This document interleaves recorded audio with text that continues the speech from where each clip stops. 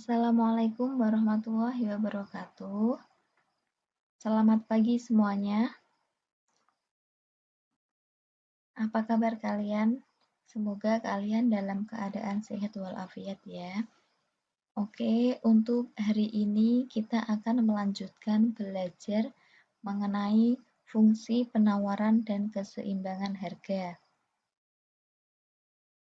Nah, untuk tujuan pembelajarannya, yang pertama, peserta didik dapat memahami fungsi penawaran.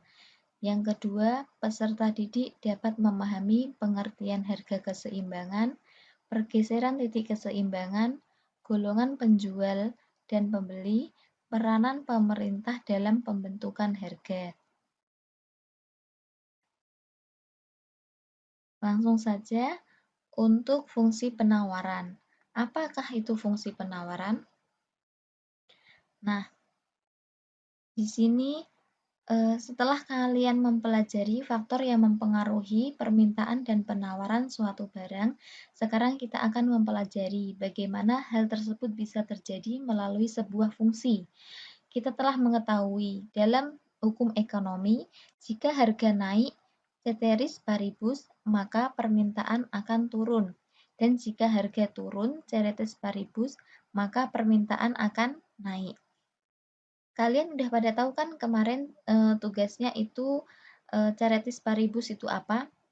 Nah, kalian sudah pada tahu dan sudah pada menjawab bahwa ceteris paribus itu dalam ilmu ekonomi sering digunakan sebagai asumsi untuk menyederhanakan sebagai macam formula serta deskripsi dari berbagai anggapan ekonomi. Nah, di sini langsung aja fungsi penawaran. Fungsi penawaran adalah suatu fungsi yang menunjukkan hubungan antara harga barang atau jasa yang ada di pasar dengan kuantitas penawaran yang ditawarkan oleh seorang produsen. Nah, jika kamu adalah seorang penjual ataupun pedagang, maka pada saat harga sebuah barang naik, maka kamu akan berusaha menjual barang tersebut secara banyak untuk mendapatkan keuntungan tentunya ya. Sementara itu, jika harganya turun, maka kamu akan malas berjualan. Soalnya apa? Di sini mendapatkan keuntungan untuk mendapatkan keuntungan besar itu sangat kecil kemungkinan begitu. Jadi kalian malas menjual sebuah barang karena tidak akan mendapatkan keuntungan yang besar gitu ya. Jadi bisa diketahui bahwa hubungan antara harga dan barang pada fungsi penawaran selalu berbanding lurus. Nah, penawaran ini adalah banyaknya barang atau jasa yang ditawarkan oleh produsen kepada konsumen dalam waktu tertentu. Di sini ada bentuk fungsi penawaran, di mana bisa kita lihat bahwa P sama dengan harga barang per unit. Untuk Q sama dengan jumlah barang yang diminta, A sama dengan angka konstanta, dan B adalah kemiringan atau strop atau gradient. Nah, di sini ada pertanyaan. Bu, maksud dari fungsi di atas itu apa sih? Jadi gini ya teman-teman, untuk fungsi yang sebelumnya ini dijelaskan itu adalah bentuk umumnya saja. Sementara untuk mencari fungsi tersebut, kalian harus memakai rumus yang lain. Kayak gini. Nah, ini adalah rumus untuk menentukan fungsi permintaan dan penawaran. Di mana di situ rumusnya adalah P min P1 sama dengan Q min Q1 dibagi P2 dikurangi P1 sama dengan Q2 dikurangi Q1, di mana P itu adalah harga dan P1 adalah harga yang diketahui 1 dan P2 harga yang diketahui 2. Untuk Q itu adalah permintaan dan Q1 adalah permintaan yang diketahui 1, Q2 adalah permintaan yang diketahui 2. Nah, selanjutnya yaitu kita akan membahas mengenai harga keseimbangan. Harga keseimbangan yaitu adalah suatu harga yang berbentuk pada titik pertemuan antara kurva permintaan dengan kurva penawaran. Dengan kata lain adalah harga kesepakatan antara pembeli dan penjual. Nah, proses terbentuknya harga keseimbangan itu berawal dari adanya interaksi antara pembeli atau permintaan dengan penjual. Nah, yang dilakukan secara wajar, interaksi antara permintaan dan penawaran sangat dipengaruhi oleh hukum permintaan dan hukum penawaran karena begini, eh, hal yang interaksi antara permintaan dan penawaran sangat dipengaruhi oleh hukum permintaan dan hukum penawaran karena ada sesuatu hal hukum permintaan yang menyatakan bahwa permintaan cenderung akan bertambah apabila harganya turun.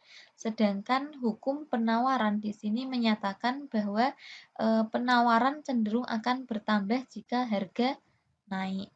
Jadi pada pasar persaingan sempurna, pembentukan harga sepenuhnya tergantung pada kekuatan antara permintaan dengan penawaran.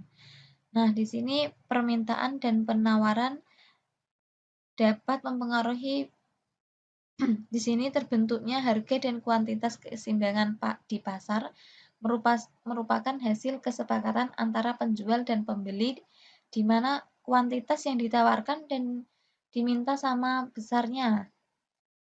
Jika keseimbangan ini telah tercapai, biasanya titik keseimbangan ini akan mencapai jika keseimbangan ini telah tercapai, biasanya titik keseimbangan ini akan bertahan lama dan menjadi salah satu patokan pembeli dan penjual dalam menentukan harga suatu barang.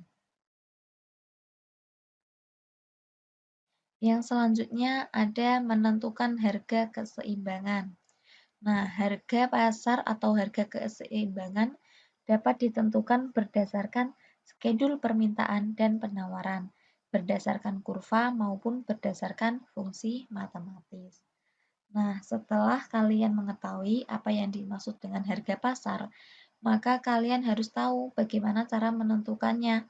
Harga pasar atau harga keseimbangan dapat ditentukan berdasarkan skedul permintaan dan penawaran. Nah, pada pendekatan tabel, harga dan jumlah keseimbangan dapat dicari dengan menyusun tabel harga ataupun P. Untuk jumlah penawaran QS dan jumlah permintaan biasanya itu QD, seperti tabel di bawah ini, itu berdasarkan tabel itu keseimbangan terjadi pada saat jumlah yang diminta sama dengan jumlah barang yang ditawarkan. Nah, untuk yang selanjutnya, kita akan membahas mengenai pergeseran titik keseimbangan.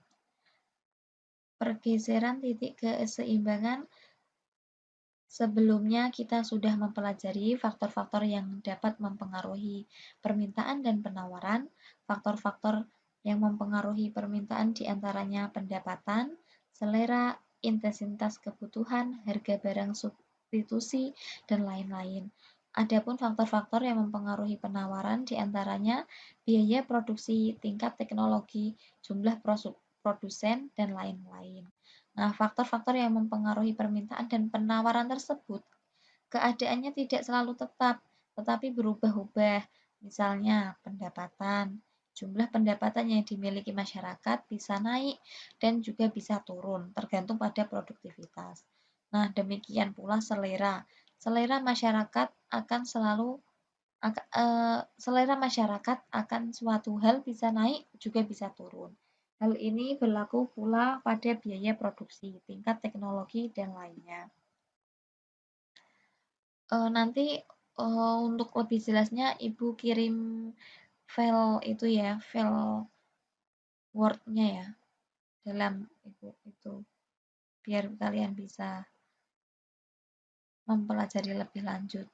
Untuk selanjutnya, golongan penjual dan pembeli. Nah, di dalam pasar terdapat golongan pembeli dan penjual.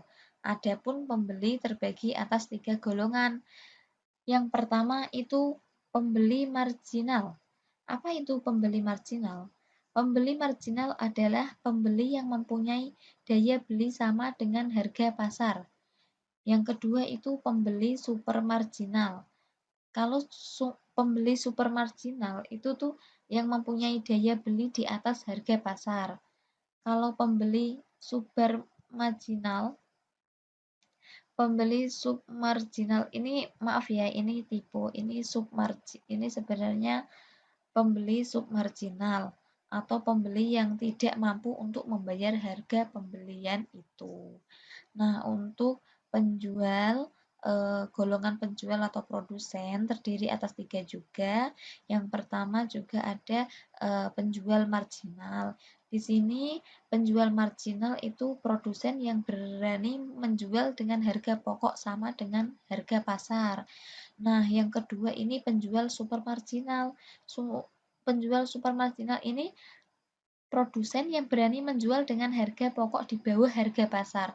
Jadi dia itu berani menjual di bawah harga pokok pasar. Jadi itu dinamakan super marginal. Dan yang terakhir itu penjual submarginal. Penjual submarginal ini produsen yang berani menjual dengan harga pokok di atas harga pasar. Jadi tadi yang penjual marginal itu berani menjual dengan harga pokok sama dengan harga pasar. Kalau submarginal berani menjual dengan harga pokok di bawah pasar. Kalau submarginal itu yang tadi super marginal itu berani menjual di bawah harga pasar. Kalau submarginal itu berani menjual dengan harga pokok di atas pasar. Nah, yang selanjutnya yaitu peranan pemerintah dalam pembentukan harga. Keadaan pasar di mana harga ditentukan oleh pemerintah dan permintaan dan penawaran secara bebas tanpa campur tangan pemerintah disebut pasar bebas. Meskipun demikian, pemerintah kadang-kadang ikut campur tangan dan turut menentukan harga barang. Bentuk campur tangan pemerintah ini antara lain menentukan batas harga tertinggi dan terendah. Nah, pemerintah melindungi para konsumen dengan jalan menentukan harga tertinggi ataupun maksimum.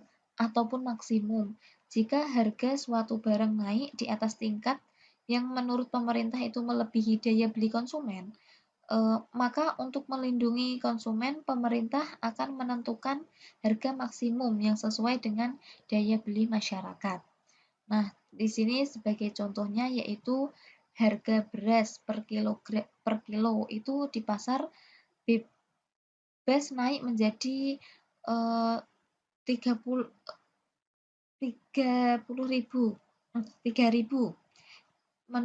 Maksudnya itu naik menjadi 3.000 dan kemudian pemerintah menetapkan harga maksimal beras tersebut 2.500 akibatnya langsung dari penetapan harga maksimal. Nah, gitu.